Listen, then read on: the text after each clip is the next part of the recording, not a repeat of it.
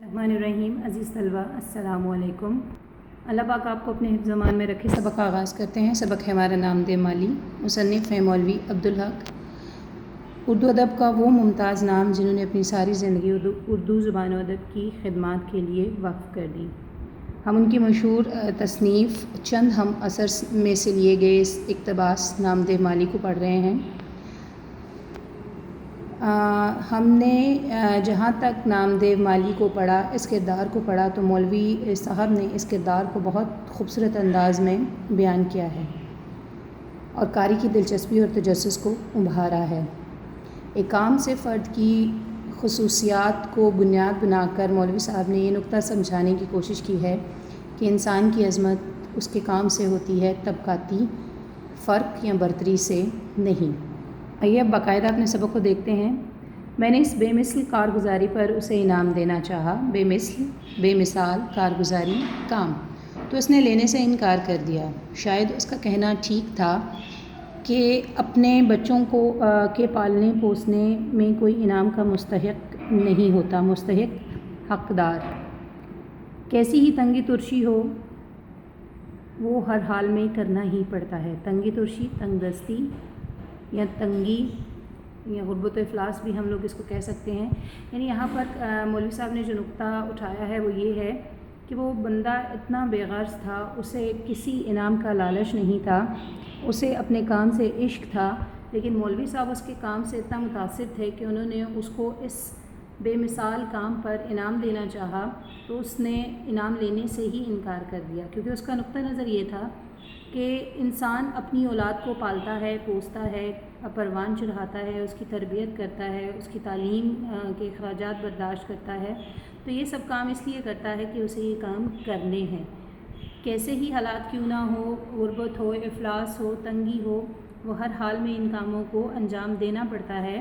تو چونکہ پیڑ پودے اس کے بچے تھے، وہ اس کو اپنی اولاد کی طرح محبت کرتا تھا، تو لہٰذا اس نے یہ کہہ کر انعام لینے سے انکار کر دیا کہ والدین اپنے بچوں کی پرورش کے سلسلے میں انعام کے مستحق نہیں ہوتے۔ جب اعلیٰ حضرت حضور نظام کو اورنگ آباد کی خوشگوار آب و ہوا میں باغ لگانے کا خیال ہوا، تو یہ کام ڈاکٹر سید سراج الحسن نواب سراج یار جنگ بہادر ناظم تعلیمات کو تفویض ہوا، ان کے سپرد کیا گیا، ان کے ذمے لگایا گیا۔ ڈاکٹر صاحب کا ذوق باغبانی مشہور تھا۔ ذوق باغبانی یعنی باغ لگانے کا شوق۔ مقبرہ رابعہ درانی اور اس کا باغ، جو اپنی ترتیب و تعمیر کے اعتبار سے مغلیہ باغ کا بہترین نمونہ ہے، مدت سے ویران اور سنسان پڑا تھا۔ مدت سے، عرصے سے، ویران اور سنسان یعنی غیر آباد، وحشی جانوروں کا مسکن تھا، رہنے کی جگہ، اور جھاڑ جھنکار سے پٹا پڑا تھا، بھرا پڑا تھا۔ یعنی باغ کی حالت نہایت ابتر تھی۔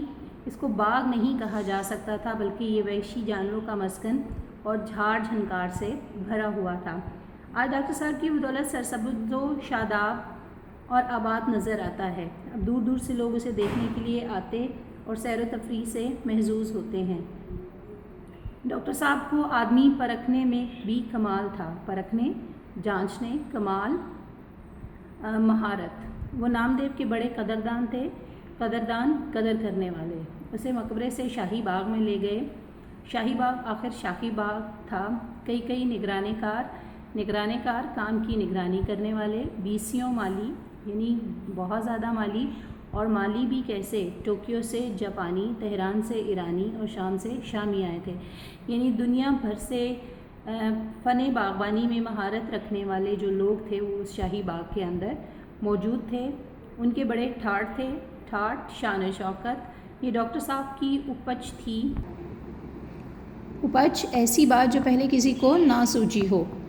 وہ شاہی باغ کو حقیقت میں شاہی باغ بنانا چاہتے تھے۔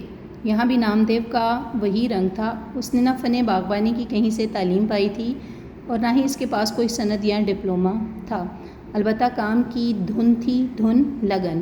کام سے سچا لگاؤ تھا اور اسی میں اس کی جیت تھی۔ شاہی باغ میں بھی اسی کا کام مہا کاج رہا۔ مہا کا لفظ اس میں مکبر کے لیے استعمال ہوتا ہے۔ مہا کاج یعنی بڑا کام۔ دوسرے مالی لڑتے جھگڑتے، سندھی شراب پیتے۔ سندھی شراب ایسی شراب جو کھجور کے رس سے کشید کی جائے۔ یہ نہ کسی سے لڑتا جھگڑتا، نہ سندھی شراب پیتا، یہاں تک کہ کبھی بیڑی بھی نہ پی، بس یہ تھا اور اس کا کام تھا۔ یعنی یہاں پر مصنف نے یہ بتانے، ان سطور کے اندر یہ بتانے کی کوشش بھی کی ہے کہ مالی جو دنیا بھر سے اس باغ کی جو ہے دیکھ بھال کے لیے منگوائے گئے تھے، تو وہ فطرتی کاہلی کا ثبوت دیتے ہوئے جب ذرا کام میں ڈھیل ملتی تھی تو بیڑی بھی پیتے تھے، آپس میں لڑائی جھگڑا بھی کرتے تھے، اور اس کے ساتھ ساتھ سندھی شراب بھی پیتے تھے۔ یعنی کام سے غفلت کر کے، فرائض منصبی سے کوتاہی کر کے وہ ان مشاغل میں مشغول ہو جاتے، لیکن نامدیو ان چیزوں کے قریب بھی نہ جاتا تھا، وہ ہوتا تھا اور اس کا کام۔ ایک دن نامعلوم کیا بات ہوئی کہ شہد کی مکھیوں کی یورش ہوئی، یورش حملہ۔ سب مالی بھاگ بھاگ کر چھپ گئے، نامدیو کو خبر نہ ہوئی کہ کیا ہو رہا ہے، وہ اپنے کام میں لگا رہا۔ اسے کیا معلوم تھا کہ قضا اس کے سر پر کھیل رہی ہے، قضا موت۔ مکھیوں کا غضبناک جھلر گروہ اس غریب پر ٹوٹ پڑا، اتنا کاٹا بے دم ہو گیا، آخر اسی میں جان دے دی۔ یعنی اس بندے کی زندگی کام کرتے ہوئے گزری اور موت بھی کام کے دوران آئی کہ وہ دنیا معافیہ سے بے خبر اپنے کام میں اس حد تک مگن تھا کہ اسے احساس بھی نہ ہوا کہ موت اس کے سر پر کھڑی ہے۔ ہوا یوں کہ شہد کی مکھیوں کا حملہ ہوا باغ پر۔ اب مالیوں نے جب دیکھا کہ شہد کی مکھیاں باغ پر ٹوٹ پڑی ہیں تو وہ اپنی جان بچانے کے لیے بھاگ کر چھپ گئے، لیکن نامدیو دنیا و مافیہ سے بے خبر اپنے کام میں مگن تھا، اسے ان شہد کی مکھیوں کے حملے کا پتہ ہی نہ چلا، اور شہد کی مکھیوں کا یہ جھلڑ جو ہے وہ اس غریب پر ٹوٹ پڑا، اسے اتنا کاٹا کہ آخر اس کاٹنے کی وجہ سے اس کی جان چلی گئی۔ یعنی یہ اس کے کام سے عشق کا ثبوت ہے۔ تو عزیز طلبہ، آج کا سبق یہیں تک، انشاءاللہ کل مزید آگے سبق کو بڑھائیں گے۔ تب تک اپنا بہت خیال رکھیے گا۔ بہت شکریہ۔ اللہ حافظ۔